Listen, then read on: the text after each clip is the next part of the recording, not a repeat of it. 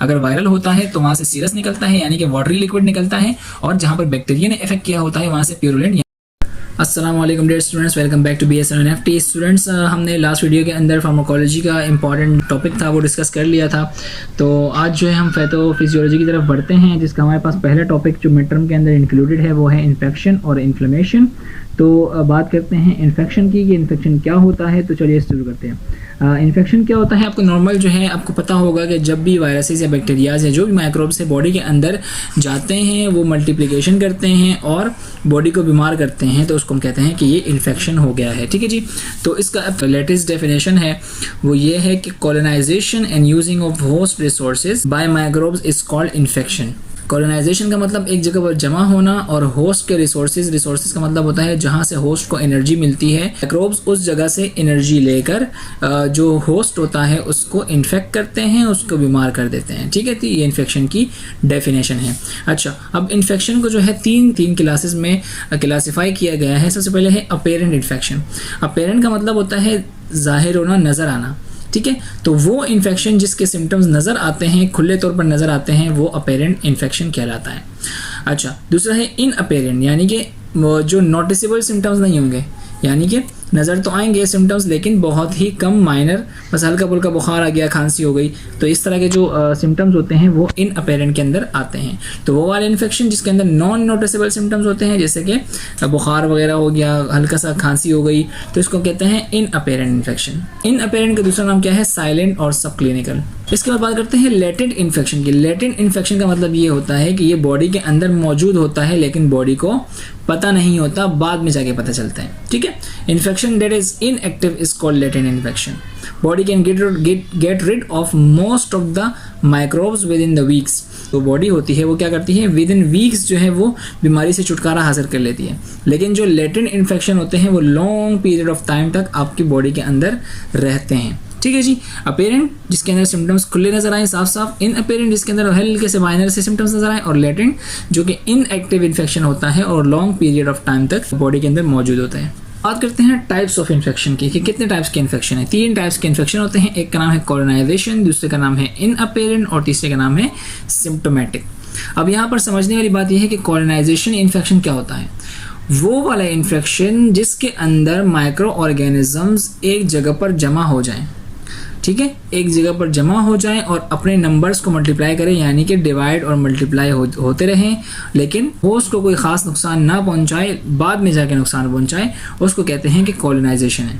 ठीक है, colonisation infection है, यानी कि वायरसेस आए और उन्होंने जो क्या किया, कॉलोनाइजेशन की, नंबर्स को बढ़ाया, प्रोड्यूस हुए, मल्टीप्लिकेशन हुई उनकी, और उन्होंने जो है बाद में जाकर बहुत देर से पेशेंट को इफ़ेक्ट किया या होस्ट को इफ़ेक्ट किया। इसकी एग्जांपल हमारे पास नमूनिया आती है।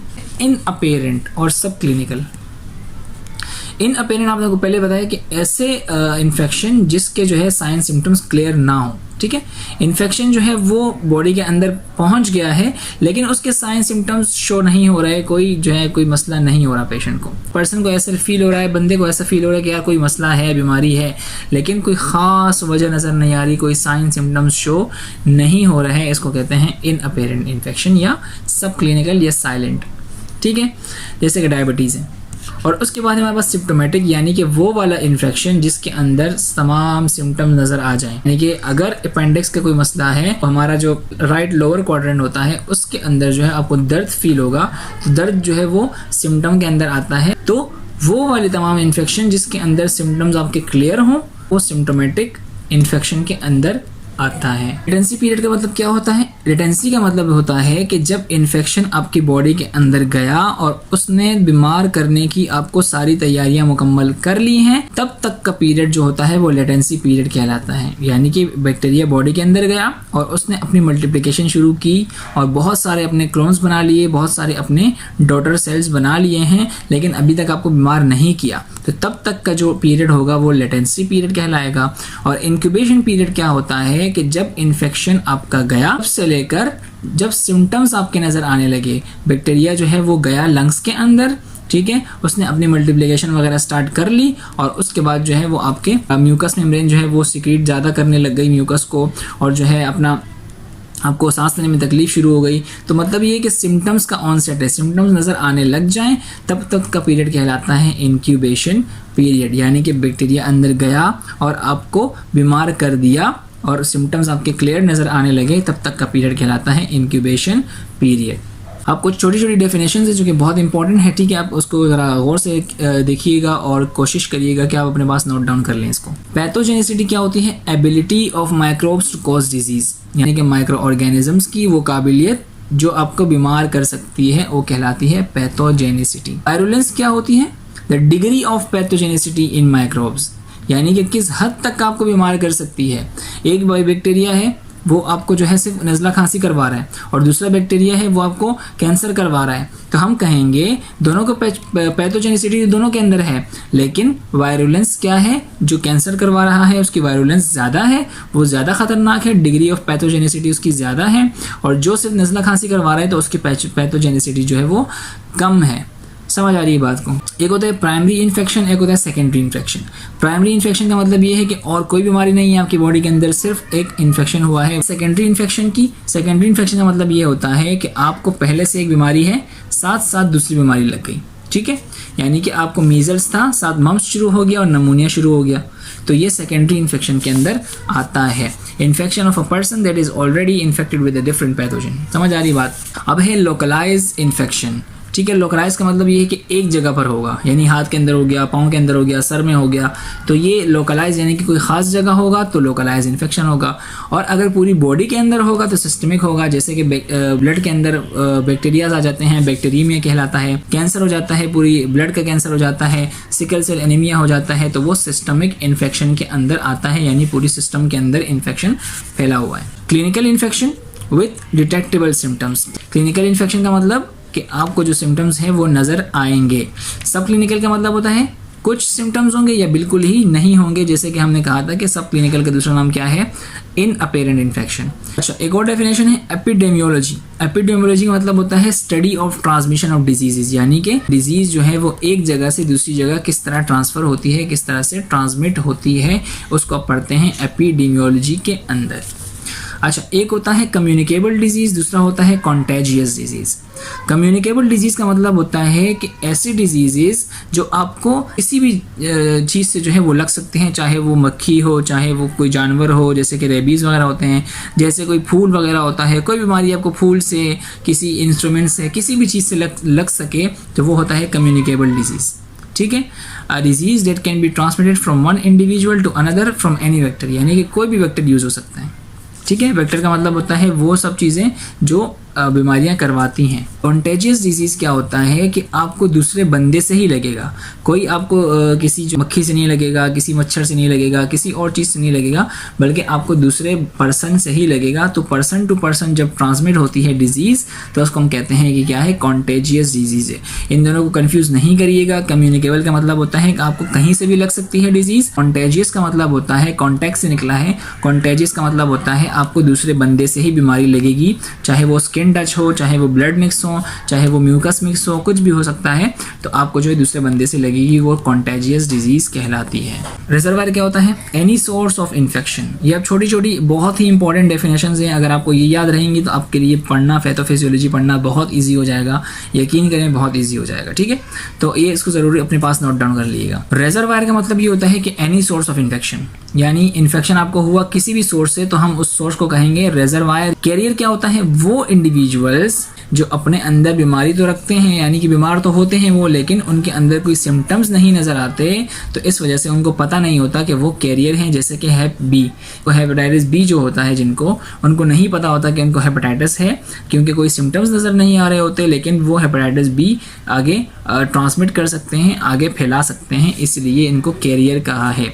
कैरियर मतलब जो कैरी करता है, यानी कि होल्ड करता है, अपने पास रखता है। एक होता है फोमाइट।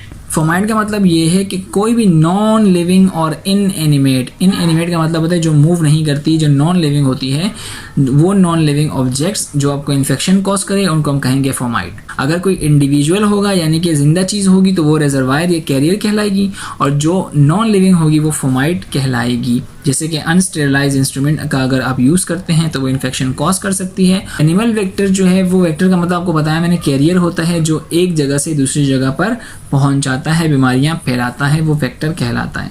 तो एनिमल वेक्टर क्या होगा, वो एनिमल्स जो कि बीमारियां फैलाने में हेल्प करते हैं, बीमारियां फैलाते हैं, तो वो एनिमल वेक्टर कहलाएंगे। ठीक है जी। Non human agents that transmit infection agent to human, आसान बात है, नॉन ह्यूमन होंगे यानी कि ह्यूमन के अलावा कोई भी चीज़ हो सकती है जो कि एनिमल होगी, मक्खी हो गई, मच्छर हो गया, कुत्ता हो गया। ठीक है जी। अब एक होता है बायोलॉजिकल एनिमल वेक्टर और दूसरा होता है मैकेनिकल एनिमल वेक्टर। बायोलॉजिकल का मतलब वो एनिमल्स होंगे, वो कीड़े मकोड़े होंगे जो आपको काटते हैं, जो आप ब्लड स्ट्रीम के अंदर डायरेक्ट कांटेक्ट करते हैं। ठीक है, that vectors which access to our blood stream, जैसे कि मलेरिया, मच्छर आपको काटेगा तो ही आपको बीमारी होगी, मलेरिया होगा, कुत्ता आपको काटेगा तो ही आपको रेबीज होगा। तो बायोलॉजिकल एनिमल वेक्टर का मतलब ये है कि वो वाले सारे ऑर्गेनिजम्स जो कि आपके ब्लड स्ट्रीम के अंदर कांटेक्ट हासिल कर लेते हैं उसको हम कहेंगे बायोलॉजिकल, और जो आपके ब्लड के अंदर कांटेक्ट नहीं हासिल करते बल्कि दूर दूर से आपको बीमार करते हैं वो है मैकेनिकल एनिमल वेक्टर्स। जैसे कि हाउस फ्लाई हो गया, यानी कि हाउस फ्लाई के दुम के साथ कोई चीज़ अटैच हुई, बैक्टीरिया अटैच हुआ और वो आपके खाने पे आकर लग गया और खाना आपने खा लिया तो आप क्या हो गए, बीमार हो गए। ठीक है जी। Animal vector non human agents होते हैं जो कि आपको बीमार करते हैं, इसके अंदर बायोलॉजिकल जो कि आपके ब्लड स्ट्रीम तक हासिल करते हैं, रसाई, और एक होते हैं मैकेनिकल जो सिर्फ आपको दूर दूर से बीमार करते हैं, आपके ब्लड स्ट्रीम तक नहीं आते हैं। अब कुछ मैकेनिज्म्स हैं जिसके ज़रिए जो है वो डिजीज़ ट्रांसमिट हो जाती है इजीली। अब उसके अंदर आता है डायरेक्ट मैकेनिज्म। डायरेक्ट मैकेनिज्म का मतलब है पर्सन टू पर्सन। ठीक है, अच्छा, पर्सन टू पर्सन का मतलब ये कि मदर टू फीटस आप बीमारी फैला सकते हैं, यानी कि मदर बीमार होगी तो वो फीटस बीमार हो सकता है। स्किन कांटेक्ट लग गया किसी के साथ तो रिंगवॉर्म जैसी बीमारियां हो सकती है। तो स्किन कांटेक्ट की वजह से फंगस हो सकती है आपको, तो ये डायरेक्ट ट्रांसमिशन है, ट्रांसमिशन जो कि डायरेक्ट हो रही है। ठीक है, एरोसोल्स यानी कि ड्रॉपलेट्स, किसी ने छींका और आपको मार कर दिया, नज़ला आपको लग गया, तो ये डायरेक्ट मैकेनिज्म कहलाता है। अब indirect transmission from any other sources, यानी कि food, water borne, food poisoning, animal vector, fomites. Indirect transmission का मतलब ये होगा कि आपको जो है किसी पर्सन से नहीं लगेगा बल्कि और किसी भी चीज़ से लग सकता है। डायरेक्ट का मतलब होता है कोई पर्सन ही आपको बीमार कर रहा है, और इनडायरेक्ट का मतलब होता है कि फ्रॉम एनी अदर सोर्सेज, किसी भी सोर्स से जो है वो आपको बीमार कर सकते हैं। जैसे कि फूड, खाना आपको बीमार कर सकता है, वाटर बॉर्न यानी कि जो आपने पानी पिया उसके अंदर जो है कोई बैक्टीरिया था वो आपको बीमार कर सकता है, जिसके फूड पॉइजनिंग हो सकती है।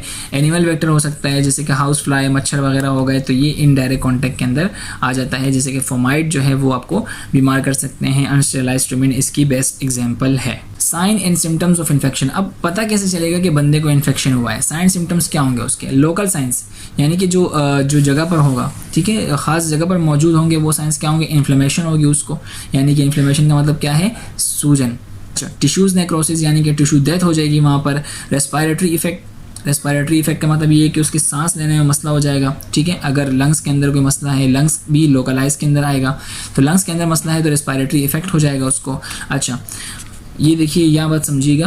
प्यूरुलेंट एक्सुडेट का मतलब ये होता है कि आपका जो है वो पस, आपके हाथ में मिसाल के तौर पर कोई मसला हुआ है तो आपका हाथ जो है उसके ऊपर पस बन जाएगी अगर बैक्टीरिया ने एक्ट किया है, और वहाँ से पानी निकलना शुरू हो जाएगा, सीरम निकलना शुरू हो जाएगा अगर वायरल ने इन्फेक्ट किया है।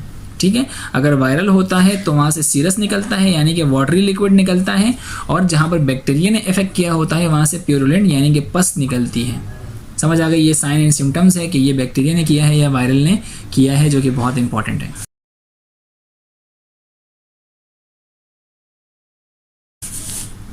अब सिस्टमिक साइंस क्या होंगे? पूरी बॉडी के अंदर फीवर हो जाएगा, ठीक है, पूरी बॉडी के अंदर दर्द होना शुरू हो जाएगा, फटीग, सर में दर्द होना शुरू हो जाएगा, नोजिया होने लग जाएगी, तो ये सिस्टमिक साइंस है।